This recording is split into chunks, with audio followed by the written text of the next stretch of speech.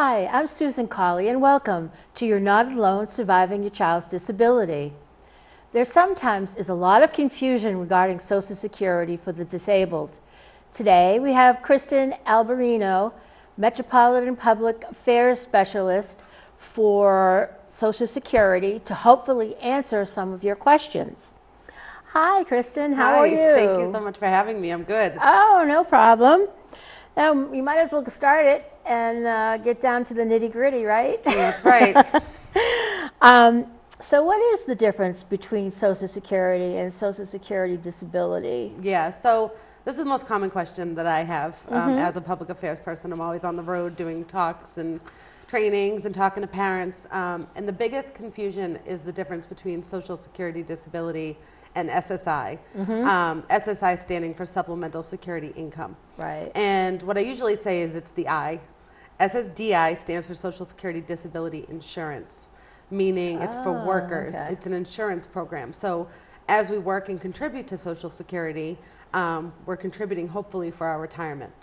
But if something's to happen to us as a worker that prevents us from working, a physical impairment, mental, or a combination of both, we could get SSDI, disability insurance. It's like getting your retirement early, sort of, because you've worked and contributed to it. So it's an insurance program for workers who have become disabled.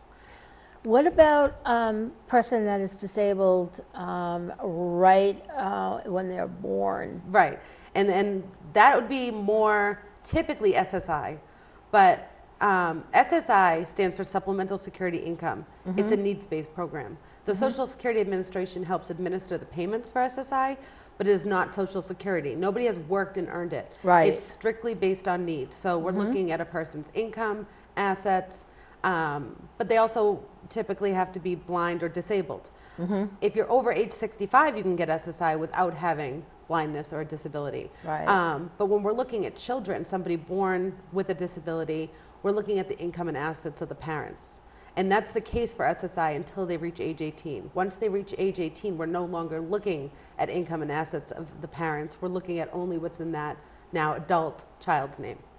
Okay. Yeah, so that's basically the difference. For SSI, we're always looking at what kind of income is going on in the house, what do you have in the bank. The asset limit for SSI is, for a single person, $2,000. So that means that you can't have more than $2,000 in assets at any given moment for SSI purposes. Yep. For a couple on SSI, it would be $3,000. For a child living with two parents, it's $5,000. So what do we count as assets? Pretty much anything liquid. We're looking at bank accounts. We're looking at, stocks, bonds, 401ks, anything that a person can get their hands on. Right. Has to be under that asset limit. Okay. So we don't. That's for SSI. That's for SSI. And SSI also excludes from assets a home. So if a person owns their own home, as long as they're living in it, that doesn't count. And we also exclude one vehicle that wouldn't count towards that. And we assume that that's going to be used for medical visits and things like that. Right. So SSI will do annual reviews to make sure that people remain under the income and asset limits. And I think the biggest confusion is that if somebody gets something from the Social Security disability side, we're not concerned with what's in the bank. We're not concerned with, what they have as far as other income, unless it's work, which is a different thing altogether. But Social Security disability insurance, we've worked and earned it. So we don't care what's in the bank. We're not looking at who's living in your household and that sort of thing. It's just SSI because SSI is needs-based. It's basically considered like a last resort type of program. Okay, so just to clarify it, SSI is basically for children up till they're 18. SSI it can be for anybody of any age. Of any with blindness, any age. Yep, blindness, disabilities of any age. Okay.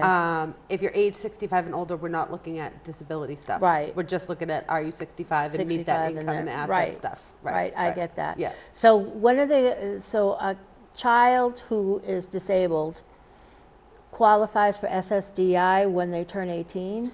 They would qualify for SSI when they turn 18. A lot of times what happens is if a parent is over the income and asset limits and they have their disabled child in their care, they're waiting until the child turns 18 because at that point we're only looking at what's in the child's name. We're no longer looking at the income and assets of the parents. Even if the Right. child remains in the home Right. of the parents, we're not looking at income and assets. So a lot of times what has to happen is if you have working parents, parents with some assets, the child doesn't yet qualify for SSI. They wouldn't qualify until they're 18. Because I at see. that point, we're not looking at mom and dad's income and assets anymore. Oh, I see. So that's why a lot of times it's that transition. It's that step into getting them SSI. And of course, the other thing that comes with SSI, which is really important, is Mass Health, automatically. Automatically? As soon as a person qualifies for SSI, they get Mass Health. That's one of the things I was Yeah. going to ask you about. And then when we're talking about children kind of transitioning into adulthood, we have another program that's under that Social Security umbrella for disabled adult children. So basically what that is that if a parent has worked and contributed to Social Security, Right. they're workers, they've contributed. If something is to happen to that parent, either they become disabled, they pass away, or they retire, we're going to find out, do you have a child, an adult child, who is disabled prior to reaching the age of 22? If they have an adult child that was disabled prior to 22, Right. and there's medical evidence to document that, even though that disabled adult child has not worked, they may be able to get Social Security disability from mom and dad. I see. So it's like a separate pot of money that's set aside for our dependents. Dependents meaning any child who was diagnosed prior to 22. So, and that could be a more substantial amount of money depending on how much work mom and dad did. Right. It's depending on their income. Right. And SSI is a fixed limit. It's a set amount. The Oh, I maximum see. that a person can get on SSI is $733 a month. Oh, okay. If there's other income, the $733 goes down. If there's income higher than $753, they're not going to qualify. Okay. Yeah. Now, what are the qualifications that are necessary to either get SSI or SSDI? Yeah, so we're looking at medically, a person has to have a condition. When we're not talking about children, if we're talking about adults, they have to Okay. have a condition or a combination of conditions that is expected to last 12 months and prevent them from working. That's, Okay. that's the key in our definition of disability, because if you apply for Social Security disability and you have a legitimate condition, if you're still continuing to work substantially, we're not going to even medically be able to move on. It has to be a condition that's preventing you from work. I see. Yeah, so for children, it's a little bit different because we're not looking at that work stuff. Right. We're just looking at, does this child have a condition that is different from other children their age? So is there a condition that is limiting them as compared to other children and milestones that they should be at a certain age? Right. So the other thing that's interesting to note is that if somebody gets a child on SSI, once they reach age 18, not only are we no longer counting the income and assets of mom and dad, but we also have to do a medical review on the child to determine that they now meet the medical criteria as an adult, because the criteria for a child and adult is different. Do you do that medical? The Social Security office will send out the review paperwork, just asking for updated doctors, clinics, tests, all those things. So we'll send it out, but we send all of our medical things go to the Disability Determination Services of Massachusetts. Okay. Now, when should a person with a disability apply, and what is the best way for them to apply? Yeah, so we say that the disability has to be expected to last a year, but we never want anyone to think they have to wait a year. If they have a condition that is expected to last that long, they should apply right away. I see. Okay. So the best way to apply for all of our benefits is online. Right now, the Social Security offices are very busy. We have 10,000 people a day in this country turning 65. So Oh my goodness. we're at the peak of that baby boomer generation. Wow. And because of that, our appointments are out pretty far. So for someone who's going to apply for Social Security disability or SSI, by far the best, most convenient way to do it, and also the most time-saving way to do it, is online. So a person would visit socialsecurity.gov, apply disability, and it'll basically walk them through beginning to end. The first piece is the application. The second piece is going to be a little bit more lengthy because it's asking about doctors, hospitals, clinics, medications they're on, things like that. Right. And the final piece, which is wonderful, is a way for a person to electronically sign a medical release form. Oh, great. So as soon as somebody hits submit, it goes right to their local Social Security office. They get a receipt immediately. Wow, good. The local office gets it the following morning, and within 5 days, we're going to review it and get it for a decision. Oh, wow. So historically, a person would have to do it all on paper, wait that appointment time until their appointment comes up. Possibly we're waiting for forms to be mailed, the medical releases. Now it's like we get one full product right off the bat, which is definitely cutting down the amount of time it takes to get a decision. Plus, it gets there automatically. You don't have to wait 5 or 6 days or something to get in the mail. And you have that immediate receipt that you've done it. Right. The SSI portion cannot be done online, the application part. So basically, if somebody's applying for both or just SSI, they can still do the medical portion online, which is the most time consuming and the best thing to kind of get out of the way. And what will happen is once your local office receives it, it will be assigned and a person will call to do the SSI application part on the phone. And the application just, again, is about income, assets, who do you live with, where you're living, and that sort of thing.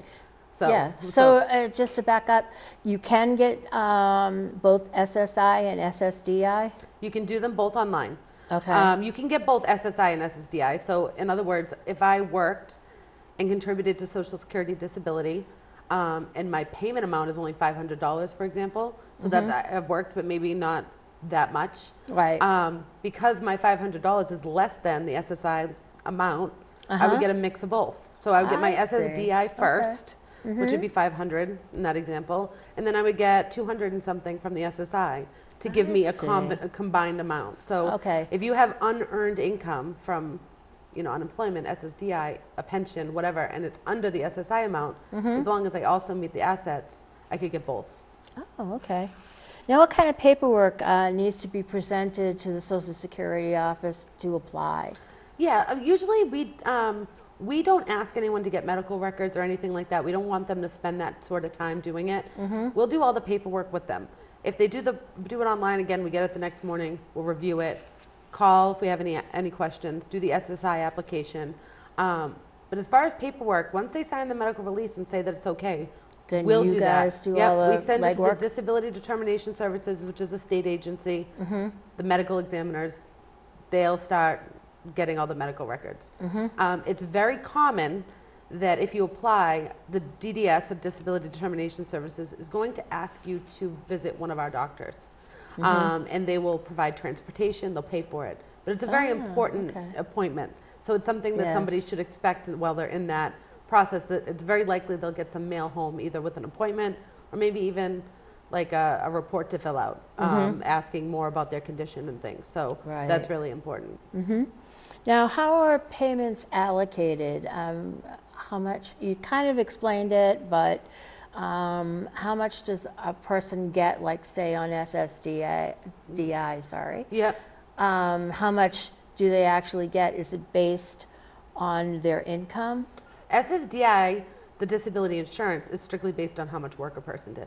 I see. So if I was to become disabled, it would basically be close to the amount that I would have gotten had I reached retirement age. I see. So it's based all on how much I've worked and contributed. The more you've worked and contributed, the more years of work, the higher your payment is going to be. Oh, okay. When it comes to children getting benefits from mom and dad, it's a portion. We have a family amount, an amount for family members. So Social Security is a protection for us, but obviously for our dependents as well. And so, for example, if I was to become disabled and I had multiple children, there's a separate pot of money that's just set aside for my children that will get a benefit, disabled or not, up until 18 or 19 if they're still in high school. So they get a benefit even though they're not disabled? Correct. So minor children can get it up until 18 or 19 if they're still in high school. So they get SSI or SSDI? It would be still that Social Security piece. It's because I worked in that example. So if I work and I contribute to Social Security and I have minor children and something happens to me where I can no longer work, either because of disability or I've passed away or I've retired, my minor children will get a benefit up until 18 or 19 if they're still in high school. Oh, wow. Now, as they're approaching that 18, 19 age, if we find out that they're disabled, we'll start developing for that so that hopefully we can continue the benefit. So the only way it's going to continue past 18 or 19 is if we have a documented disability. And then we'll be able to continue those benefits from mom and dad. What circumstances can change the amount of money awarded to a person with a disability? The Social Security disability is pretty clean cut. Either you're going to get it or you're not. That's your amount. SSI, the amount can change based on other income that you get. So, for example, 733 is the most a person can get this year. If a person gets unearned income, so not work, basically we count all of it minus $20. So if a person gets $520 from some other source, not work, 500 is coming off the SSI. Simple as that. So that means that they'll get 233. I see. Bringing them up to 753 combined. Right. When it comes to someone who's working and getting SSI, there's a lot of incentive. We want people on disability benefits or SSI to try and go back to work. Right. And the incentive to someone on SSI going back to work is at the end of the day you end up with more money. Pretty substantial amount. So for easy math purposes, if somebody goes back to work and gross monthly earns $885 per month. Right. We do this calculation, and all we're going to count of the $885 that they earned is $400. Okay. So we take $400. It's an incentive. It's a work incentive. It's to try and help people feel more confident about going back to work, and also it's just a little oomph. So basically, if this person started off at 733 on SSI, they go back to work and make 885.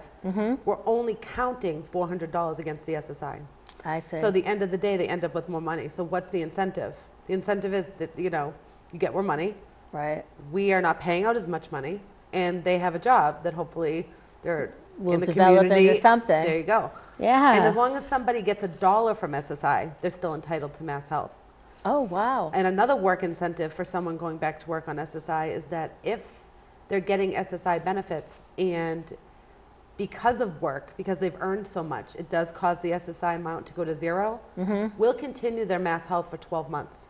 So they don't, even though they've lost their cash assistance, they don't have that fear for a year of losing their health insurance. So that's another work incentive. Now, what is that also for SSDI? SSDI has work incentives, but it's a little bit different. SSI, it's basically how much do you make? We do the math. This is how much your new payment is. Okay. SSDI for Social Security Disability, we're looking at, if you go back to work, we're going to give you a 9 months of what we call a trial work period. Trial work period. So we give you 9 months to work, see how it works out, with no fear of losing your payment. So no matter how much you make anything. Okay. And not have to have a fear of losing your payment. It doesn't have to be 9 consecutive months. Maybe you work for 2 months, but it doesn't work out, and then you don't work for 6 months, and then you go back to work. You've only used 2 months.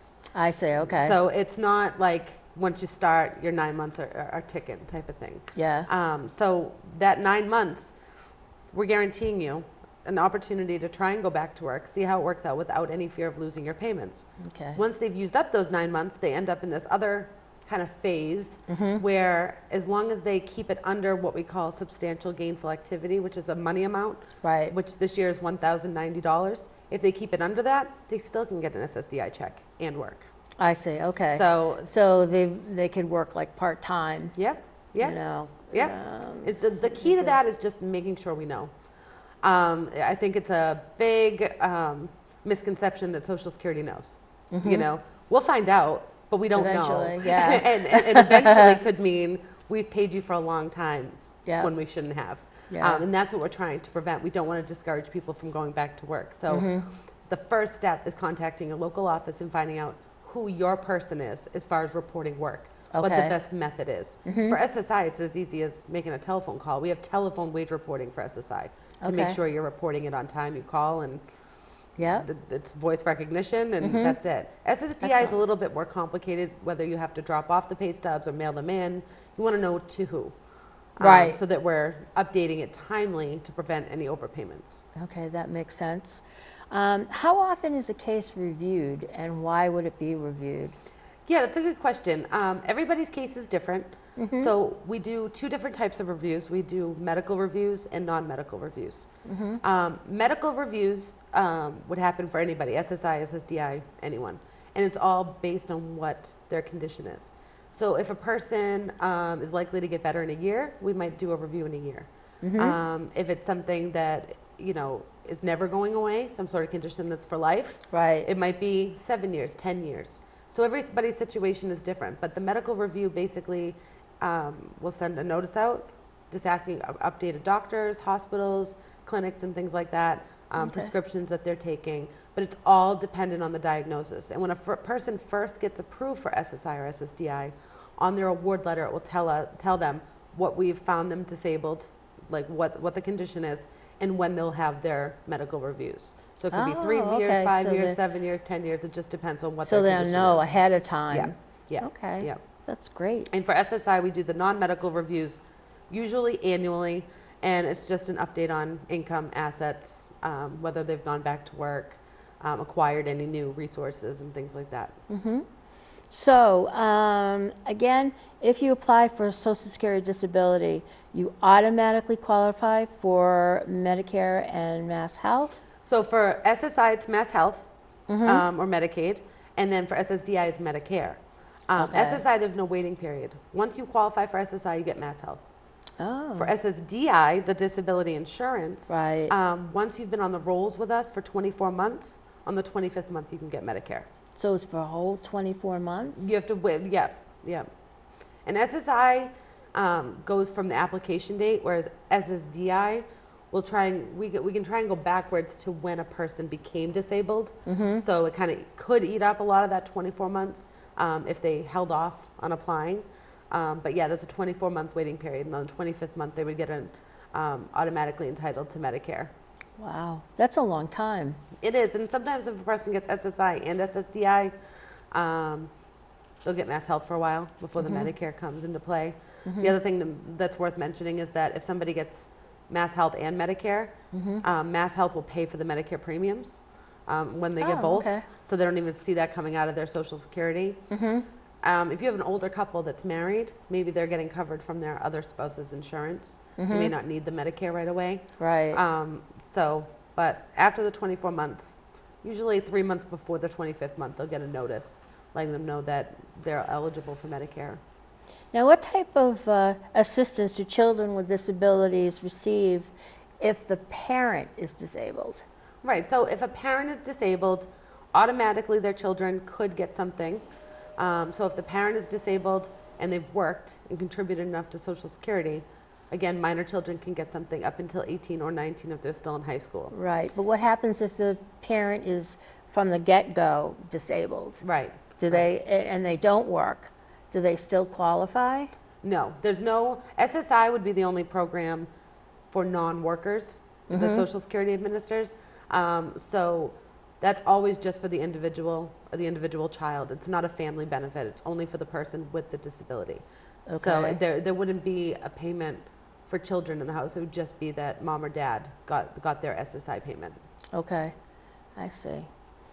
It's confusing. It is. It's a lot. It's a lot, and that's why I kind of have the job that I do, which is going out to organizations, speaking with advocates of persons with disabilities to try and simplify as much as I can the different programs. I mean, the acronyms are exactly the same, but they're two completely different programs. Yeah, definitely. Completely different rules, you know. And socialsecurity.gov, you can apply for disability, retirement, Medicare, and spousal benefits, which is wonderful. But we also have wonderful links for certain groups. So for example, if you're an advocate of people with disabilities, we have an information page for people in that work that will give them links, forms, you know, policy, all that's relevant to them. We have like a financial advising page, so all the links on that page would be specifically for them.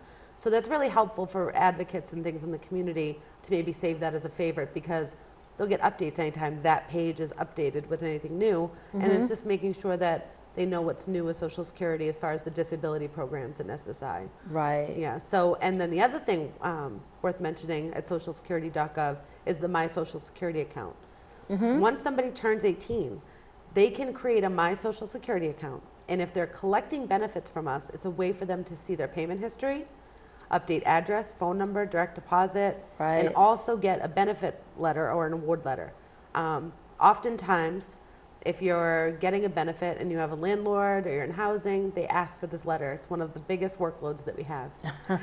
It's huge. And when somebody has a My Social Security account, they can print it boom, done. Medicare replacement card can be done, 1099 for tax time. Wow. And even when people aren't yet collecting from Social Security, when you create your My Social Security account, like myself, my Social Security account shows my Social Security earnings statement. Oh, Shows I all see. the earnings I've ever put in, what my benefit will be at retirement, how things are looking, if something was to happen to me, what my child could get. All that really good information is there. Wow. So it takes about 10 minutes.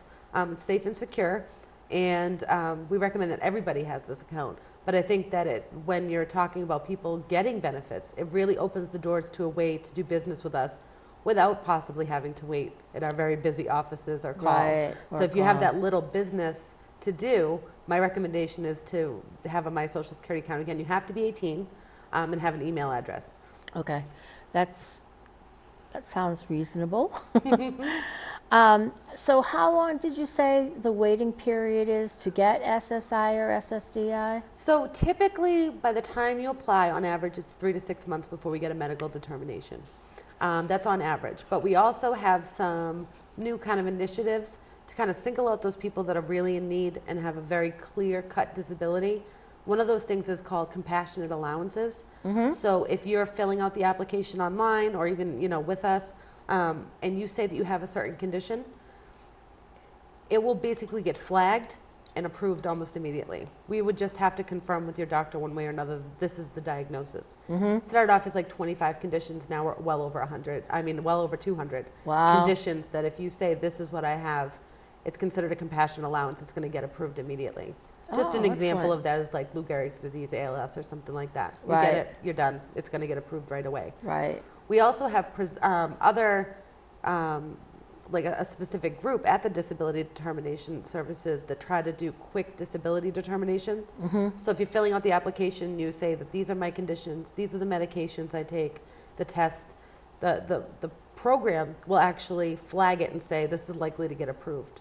And it will go to a separate unit to try and work very quickly to get it approved. So that's all online? Yeah. Well, not online, just our system. Even if you work with, a representative face-to-face, our system is going to, based on what we're typing in that you're telling us, will say, this seems very likely to be getting approved, so we're going to send it. And it could be because there's multiple conditions, lots of names, certain trigger words. Right. So that's really helped us kind of get those people that are really in dire need, have very clear disabilities, Right.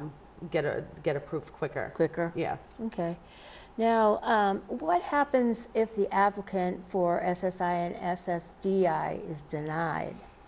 That's a good question. So they have 60 days to file an appeal. They'll get a letter, and on the letter we'll have a date, and it's 60 days from that date.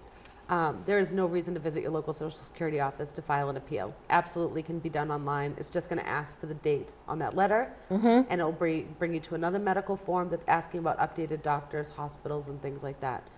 The first level of an appeal is a reconsideration, which basically it goes back to the Disability Determination Services, where a new examiner is going to look at it. If that gets denied, they get a letter saying that has also been denied. They have 60 days to file an appeal, and then it would be a hearing.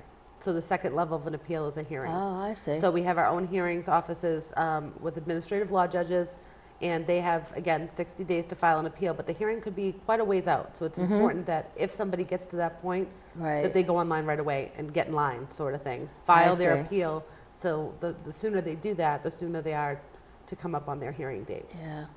Well, Kristen, I thank you very much for coming today. Thank you so much for having me. It's clarified a lot of things for me, and I'm sure for our viewers. If you still have issues about Social Security, you can visit our Facebook page at facebook.com/YNADIS, or go to www.socialsecurity.gov my account for more information. Thank you for joining us today on You're Not Alone, Surviving Your Child's Disability. See you next time.